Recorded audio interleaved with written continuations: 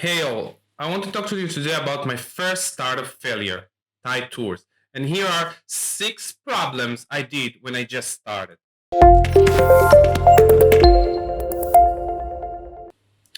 A while ago, I was working for a company in Israel. And while I was working at that company, I was a digital nomad. And I spent a lot of time in Thailand. I was actually obsessed with it. For those of you who don't know what is a digital nomad is a person who travels the world while working remotely. If you want to know more about it, leave a comment below and I will make another video for it later. Like every passionate entrepreneur, I was looking for problems to solve. And that's where Taito was born. I wanted to disrupt the Thai market of traveling, making everything digital. So I went into a new adventure without doing too much research to create the first app for booking tours online. It was a huge failure, and let's get into the details.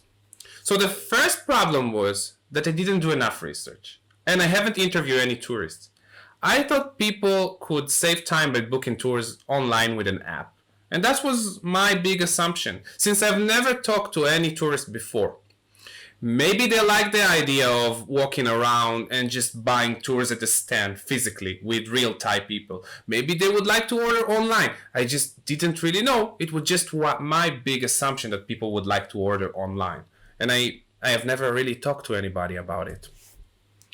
The second problem was the fact that people needed to download an app. So downloading an app for a one-time use is a very awful way to sell. It increases friction in user acquisition and makes it very hard to sell. I developed an app to book tours only in Thailand. It means that if somebody wanted to book after that a tour in Singapore, that would be impossible for him. So why would he want to download an app that he will use one time? And even maybe he will just order one tour in Thailand. That's only really one time to download an app. When I just started, I looked in the App Store to check for application for booking tours in Thailand. And I couldn't find any. So my thinking was, if something doesn't exist, that's an open space for me. But I was really wrong. If you like this video so far, please make sure you press the subscription button below and also press the bell icon so you won't miss any new video. That really helped me creating new video for you and giving you more valuable content. The third problem was that I should have started doing B2B and not B2C. And let me explain. I started by collaborating with one agency selling tours myself. And every business is worth nothing without a user base and a way to spread your word out there that usually it's like your marketing channel, right? And that can be a PPC, SEO, affiliate marketing, and so on. There are so many. And after you have that, you need branding, you need reviews, and so on. And that's something that is really hard to do when you're doing a B2C business. If you're selling directly to customers all around the world, that can be a little bit hard.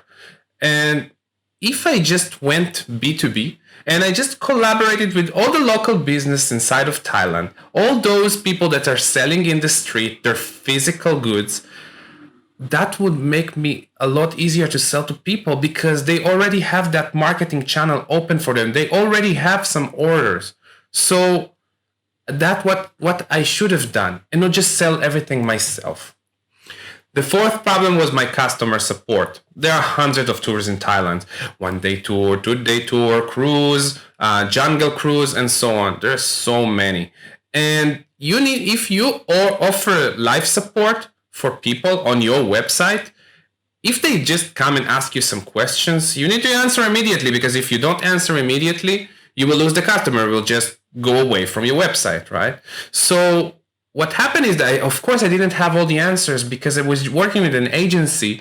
They knew every possible tour there and they could give me a lot of information, but it was just not fast enough and they were not responsive. So I never was able to give customer support on time. The fifth problem was I used the wrong channel for marketing. I went directly into PPC. Why? Because it's fast. Everybody is doing it. So why not So let's talk about the problem with this channel, right? So first, there was too much competition. You can imagine how much competition there is when you just Google tours in Thailand. That's crazy. Not only PPC, also SEO. So many people selling tours in Thailand. And second, people are not stupid. They don't just buy. They will Google you. And without a proper SEO, they will understand that you don't have a brand very quickly. So let's say, for example, they click on my ad, which says Thai Tours 1-day tour, right? They come, they want to buy. And then they just look for Thai Tours on Google, but they find nothing because you have no SEO, you have no content, you have nothing. So they lose trust in you very fast. The third one is that PPC is super expensive, and without putting in a decent amount of money, it will not work. So what should I have done? I should have contacted hotels, restaurants, and businesses in Thailand and just offer them an affiliate program. You sell my tours and I give you a commission back, a percentage. That would be a lot easier because they already have an open marketing channel for me that's already working for them, and they just benefit from selling my tours because they don't need to do a lot. They can just put a simple voucher in their room to sell my tours. That's it. And the last problem was that I started way too big. I went on an adventure for 4 months developing the app, writing content, without even talking to one customer. I didn't sell anything. And when something is so big, it's very hard for you to be dynamic. If you just want to pivot to another product, it's almost impossible because it's way too big. So what you do, you just build more and more and more and more feature. But what kind of feature you put? You put feature on something that doesn't work.